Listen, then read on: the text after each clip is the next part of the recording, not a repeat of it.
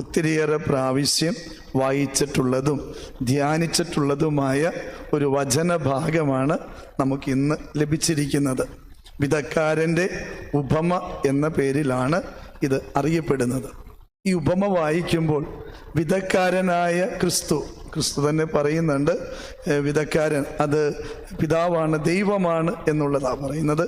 വിതച്ച വിത്ത് ദൈവവചനം എന്നുള്ളതും നമുക്കറിയാം. ഇത് വിത്ത് വീണ നിലം നമ്മുടെ ഹൃദയം. കാര്യങ്ങൾ വളരെ വ്യക്തമാണ്. ക്രിസ്തു പറഞ്ഞു ഉപമയ്ക്ക് ക്രിസ്തു തന്നെ നൽകിയിരിക്കുന്ന വ്യാഖ്യാനമാണ്. അപ്പം അതുകൊണ്ട് ഇനി വേറെ ആരുടെ വ്യാഖ്യാനവും തേടിപ്പോകേണ്ട കാര്യമില്ല.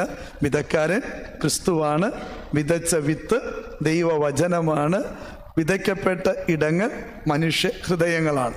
ഇതാണ് ഈ 3 കാര്യങ്ങളുള്ളത്.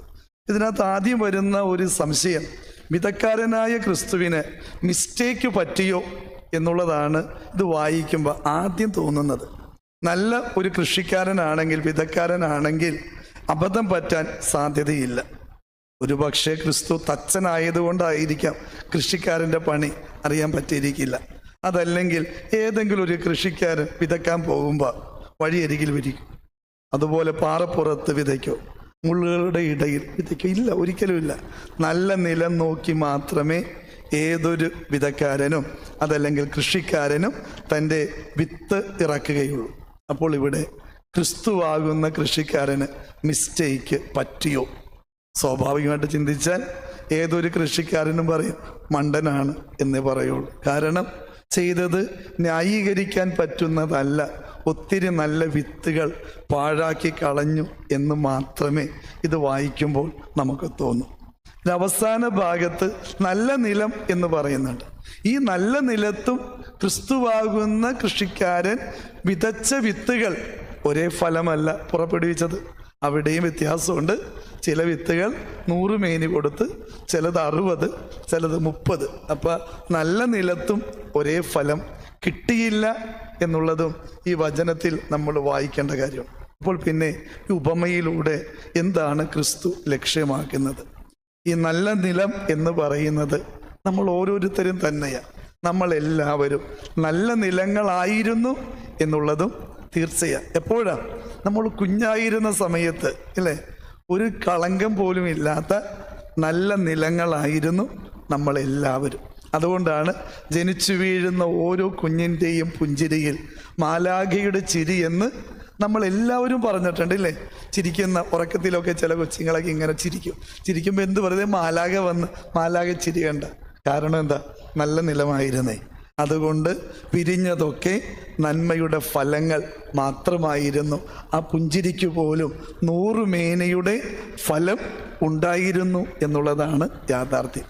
പക്ഷെ നമ്മൾ കുറേ വളർന്നു വന്നപ്പോൾ എന്ത് സംഭവിച്ച്? നല്ല നിലമായിരുന്ന നമ്മളിൽ വഴിയോരങ്ങളായി ഒത്തിരി പേര് മാറി. വഴിയോരം എന്ന് വെച്ചാൽ എന്താ? ആർക്കും എപ്പോൾ വേണമെങ്കിലും കയറി ഇറങ്ങാവുന്ന ഇടങ്ങൾ. വേലി കെട്ടിത്തിരിക്കേണ്ട ജീവിതത്തെ വേലി കെട്ടി തീർക്കാൻ പറ്റാതെ പോയ ജീവിതങ്ങളായിട്ട് കുറേ പേര് മാറും. കുറേ ജീവിതങ്ങൾ പാറ പോലെ കഠിനമായിട്ട് മാറും. ഹൃദയം വല്ലാതെ ഇങ്ങനെ മുരുക്കാണ് എന്നൊക്കെ നമ്മൾ പറയില്ലേ, അതുപോലെ കഠിന ഹൃദയമായിട്ട് മാറും. നല്ല നിലങ്ങളായിരുന്നേ കുറേയൊക്കെ മുള്ളുകളുടെ ഇടയിൽ ഞെരുങ്ങിപ്പോകുന്ന ജീവിതങ്ങളായിട്ട് മാറും. നമ്മുടെ ജീവിതത്തിൻ്റെ പലതിനോടുള്ള ആസക്തികൾ, പണത്തിനോട്, അതുപോലെ സ്വത്തിനോട്, സ്ഥലത്തിനോട്, അങ്ങനെ പല കാര്യങ്ങളോടുള്ള ആസക്തികളാകുന്ന മുള്ളുകൾ കൊണ്ടും നമ്മളൊക്കെ വരിഞ്ഞു മുറുക്കപ്പെടും. അങ്ങനെ നല്ല നിലമായിരുന്നത് പലപ്പോഴും കെട്ട നിലങ്ങളായി പോയി എന്നുള്ളത് യാഥാർത്ഥ്യമാണ്.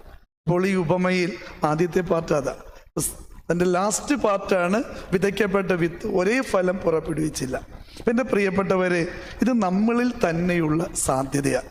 ചില 4 നിലങ്ങൾ എന്ന് പറയുന്നത് 4 ഇടങ്ങളല്ല. ഈ 4 ഇടങ്ങളും നമ്മളിൽ തന്നെയുണ്ട്.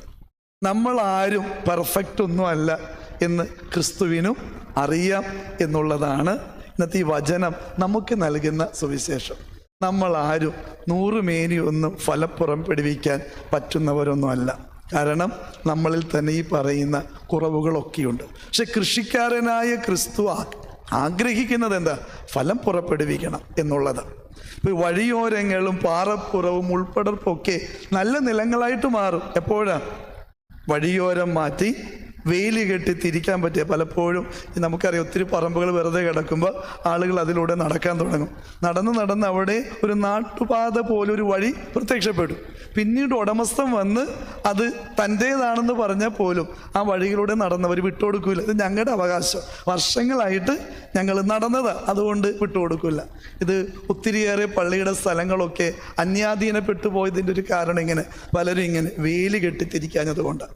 അപ്പോൾ വേലി കെട്ടി തിരിച്ചാൽ നല്ല നിലങ്ങളായിട്ട് നമ്മുടെ പലതും മാറും എന്നുള്ളത് ഈ വചനം നമുക്ക് നൽകുന്ന സാധ്യതയാണ്. അപ്പോൾ ക്രിസ്തു ഈ പറയുന്ന എല്ലാ ഇടങ്ങളിലും സാധ്യത കാണുന്നുണ്ട് എന്നുള്ളതാണ്.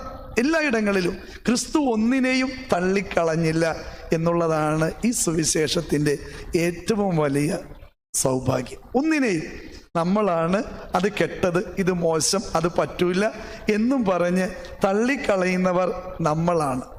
ദൈവം ഒന്നിനെയും തള്ളിക്കളയുന്നില്ല. എല്ലായിടത്തും അവൻ സാധ്യത കാണുന്നു. ഇന്ന് വഴിയായി പോയെങ്കിലും വേലി കെട്ടി തിരിച്ച് അത് ക്രമീകരിക്കാനുള്ള സാധ്യത നമ്മളിലുണ്ട് എന്നവൻ അറിയാം. ഇന്ന് പാറ പോലെ കഠിനമാണ് നമ്മുടെ ഹൃദയമെങ്കിലും മാംസളമായ ഹൃദയം ഇന്നല്ലെങ്കിൽ നാളെ നിന്നിലുണ്ടാകുമെന്ന് അവനറിയാം. ഏതു പാറയും ഒന്ന് വെട്ടിയൊരുക്കിയാൽ അവിടെയും നമുക്ക് കൃഷി നടത്താം. കഠിനമായ നമ്മുടെ ഇന്നിൻ്റെ അവസ്ഥകളിലും അവൻ കാണുന്നുണ്ട് എന്ത്? ഒരു വലിയ സാധ്യത. 100 മേനിയുടെയോ 60 മേനിയുടെ 30 മേനിയുടെയോ ഫലം പുറപ്പെടുവിക്കാനുള്ള സാധ്യത. മുള്ളുകൾക്കിടയിൽ അവൻ സാധ്യത കാണുന്നുണ്ട്. ഈ മുള്ളുകൾ കളകളാണ്, അതൊന്ന് പറിച്ചു മാറ്റാനുള്ള മനസ്സ് നിനക്കുണ്ടെങ്കിൽ ഏത് നിലവും നല്ല നിലമായിട്ട് മാറും. കളകളൊക്കെ തനിയെ വളരുന്നതാണ്, മുള്ളുകളൊക്കെ. അത് പറിച്ചു കളയാനുള്ള ഒരു മനസ്സ് നിനക്കുണ്ടെങ്കിൽ ഏത് നിലമാ മോശമായി പോണേ. അപ്പം ഈ സാധ്യത ആര് കാണുന്നു? നമ്മൾ കാണുന്നില്ലെങ്കിലും നമ്മുടെ ദൈവം കാണുന്നു. നല്ല നിലത്ത് പോലും നമ്മൾ പലപ്പോഴും ഈ വ്യത്യസ്തത കാണുന്നു. ഒരു വീട്ടിൽ അപ്പനും അമ്മയ്ക്ക് 5 മക്കളുണ്ടെങ്കിൽ പോലും 5 പേരും ഒരുപോലെയാണ്. അല്ല, 5 പേരും പുറപ്പെടുവിക്കുന്ന ഫലങ്ങൾ ചിലത് 100 മേനിയുടേതായിരിക്കാം, ചിലത് 60 മേനിയുടേതായിരിക്കാം, ചിലത് 30 മേനിയുടേതായിരിക്കാം. പക്ഷേ ഇതെല്ലാം സ്വന്തം മക്കളാണ്. ഈ ഒരു ഫീലാണ് കർത്താവിനുള്ളത്. അല്ലാതെ 100 മേനി മാത്രമുള്ളതാണ് എൻ്റെ സ്വന്തം, 60 മേനി കൊടുക്കുന്നത് എനിക്ക് വേണ്ട, 30 മേനി വേണ്ട. അല്ല, ഒരപ്പനും അമ്മയ്ക്കുള്ള മക്കൾ എത്രയായി കൊള്ളട്ടെ, അവർ പുറപ്പെടുവിക്കുന്ന ഫലമുണ്ടോ അത് ആ കൃഷിക്കാരൻ ഉറപ്പുവരുത്തും. അത് വളരെ പ്രധാനപ്പെട്ടതാണ്. അവരിൽ തന്നെ വ്യത്യാസമില്ലേ? അപ്പോൾ നമ്മൾ ഒരിക്കലും ഈ വചനം നമുക്ക് നൽകുന്ന സുവിശേഷം അതാണ്. എല്ലാം ഒരുപോലെ കണ്ട് ഒരേ രീതിയിലുള്ള ഫലം എല്ലാത്തിൽ നിന്നും ഉണ്ടാകുമെന്ന് ഒരിക്കലും നിങ്ങൾ പ്രതീക്ഷിക്കരുത്. എൻ്റെ ഒരു കൊച്ച് നല്ലപോലെ പഠിച്ച് അതുപോലെ മറ്റവൻ പഠിക്കണില്ല എന്ന് പറഞ്ഞ് അവനെ ചെറുതാക്കുന്നവരായിട്ട് മാറരുത്. അവൻ്റെ കപ്പാസിറ്റിക്ക് അനുസരിച്ച് അവൻ പഠിച്ചോ, അത് നോക്കിയാൽ മതി. എല്ലാവർക്കും ഒരേ കപ്പാസിറ്റി ഒന്നും അല്ലല്ലോ. അപ്പം എന്തുകൊണ്ടാണ് നമ്മൾ എന്നിട്ട് അവൻ അത്രയും മാർക്ക് കിട്ടിയില്ല, ചേട്ടൻ്റെ അത്രയും മാർക്ക് അനിയനില്ല എന്നും പറഞ്ഞ് എന്തിനാ കൊച്ചാക്കുന്നത്? ഇതാ കർത്താവ് പറയുന്നത്. ചിലരിൽ നിന്ന് 100 മേനി അത് കർത്താവ് കൊടുത്ത കഴിവാണ്. എല്ലാവർക്കും ഒരുപോലെ കഴിവൊന്നും കൊടുത്തിട്ടില്ലല്ലോ. അപ്പോൾ ഉള്ളതിനെ നീ എത്രത്തോളം പരിപോഷിപ്പിച്ചു വളർത്തി എന്നുള്ളതാണ് ദൈവം നോക്കുന്ന കാര്യം. എല്ലായിടത്തും അവൻ സാധ്യത കാണുന്നുണ്ട് വളരുവാനും ഫലം പുറപ്പെടുവിക്കാനും. നമ്മൾ അവനോടൊന്ന് സഹകരിക്കാൻ തയ്യാറായാൽ, ദൈവവചനത്തോട് സഹകരിക്കാൻ തയ്യാറാകുന്ന ഓരോരുത്തരുടെയും ജീവിതത്തിൽ ഫലസമൃദ്ധി ഉണ്ടാകും എന്ന ഗ്യാരണ്ടി ഇന്നത്തെ തിരുവചനത്തിലൂടെ കർത്താവ് നമുക്ക് തരുന്നുണ്ട്. അതുകൊണ്ട് നിന്റെ കപ്പാസിറ്റി എന്ത് എന്നുള്ളത് നീ തീരുമാനിക്കണം. അതനുസരിച്ച് നീ പ്രവർത്തിച്ചോ ജീവിച്ചോ എന്നുള്ളത് അത് നീ തീരുമാനിക്കണം, മറ്റുള്ളവരല്ല. എനിക്കിത്രേ കഴിവുള്ളൂ എങ്കിൽ ആ കഴിവിനനുസരിച്ച് നീ പ്രവർത്തിച്ചോ. അവൻ്റെയും ഇവൻ്റെയും കഴിവ് നോക്കി എനിക്ക് അത്രത്തോളം ഇല്ല എന്ന് പഴി പറഞ്ഞ് ജീവിതം പാഴാക്കുന്നവരാണെങ്കിൽ നമ്മൾ പാറപ്പുറവും വഴിയരികും ഉൾപ്പടർപ്പാം. എനിക്കെൻ്റെ ദൈവം തന്ന കഴിവനുസരിച്ച് ഞാൻ ആ കഴിവിനെ വളർത്താനും പുഷ്ടിപ്പെടുത്താനും തയ്യാറായാൽ ഫലം 30% ദൈവം സംതൃപ്തന.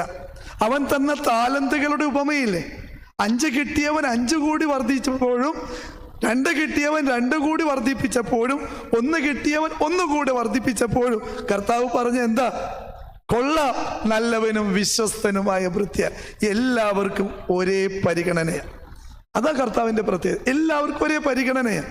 ദുഷ്ടന്റെ മേലും ശിഷ്ടന്റെ മേലും തൻ്റെ സൂര്യനെ ഉദിപ്പിക്കുകയും നീതിമാന്റെയും നീതിരഹിതന്റെ മേലും മഴ പെയ്യിപ്പിക്കുകയും ചെയ്യുന്നവനാണ് നമ്മുടെ ദൈവം. ഇത് നമ്മുടെ ദൈവത്തിന്റെ പ്രത്യേകത. ഈ ഡിസ്ക്രിമിനേഷനൊക്കെ നമ്മൾ മനുഷ്യരാ. അവൻ ശരിയല്ല, ഇവള് ശരിയല്ല, അങ്ങനെയാണ്, ഇങ്ങനെ മാറ്റി നിർത്തും. അവനില്ല. അവൻ ദുഷ്ടനെയും ശിഷ്ടനെയും പരിഗണിക്കുന്നു എന്നുള്ളത്. മഴ പെയ്യിക്കുമ്പോൾ അങ്ങനെയാണ്, നല്ലവർക്ക് വേണ്ടി മാത്രമാണ് മഴ. സൂര്യൻ ഉദിക്കുമ്പോൾ നല്ലവർക്ക് വേണ്ടിയാണ്, അതിൻ്റെ വെട്ടം മാത്രം ഇല്ല.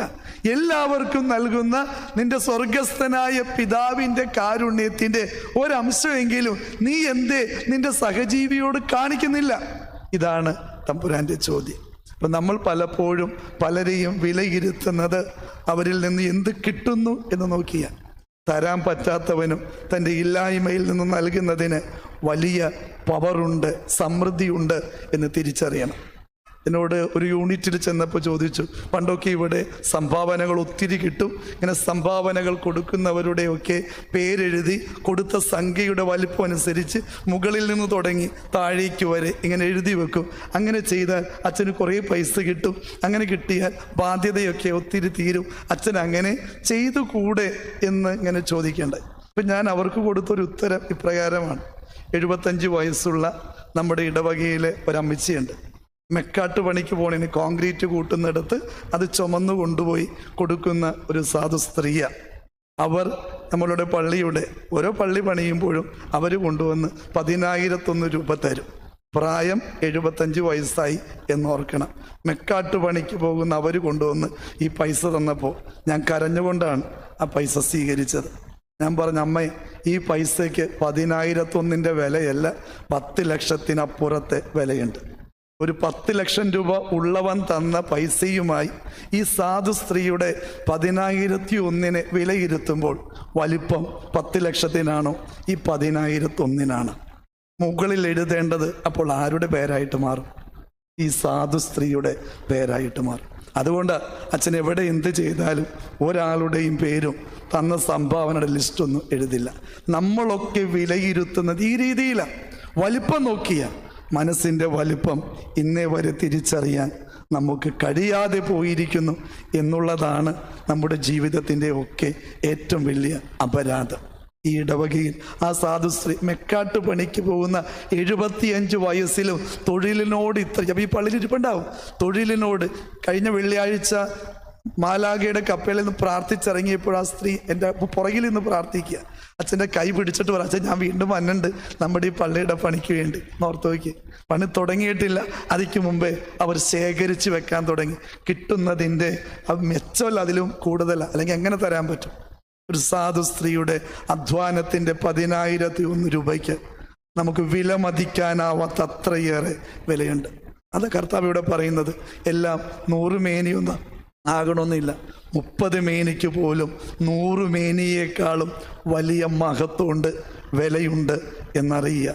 അത് കൊടുക്കുന്ന മനസ്സിൻ്റെ വലിപ്പം, കൊടുക്കുന്ന സംഖ്യയുടെ വലിപ്പം അല്ല.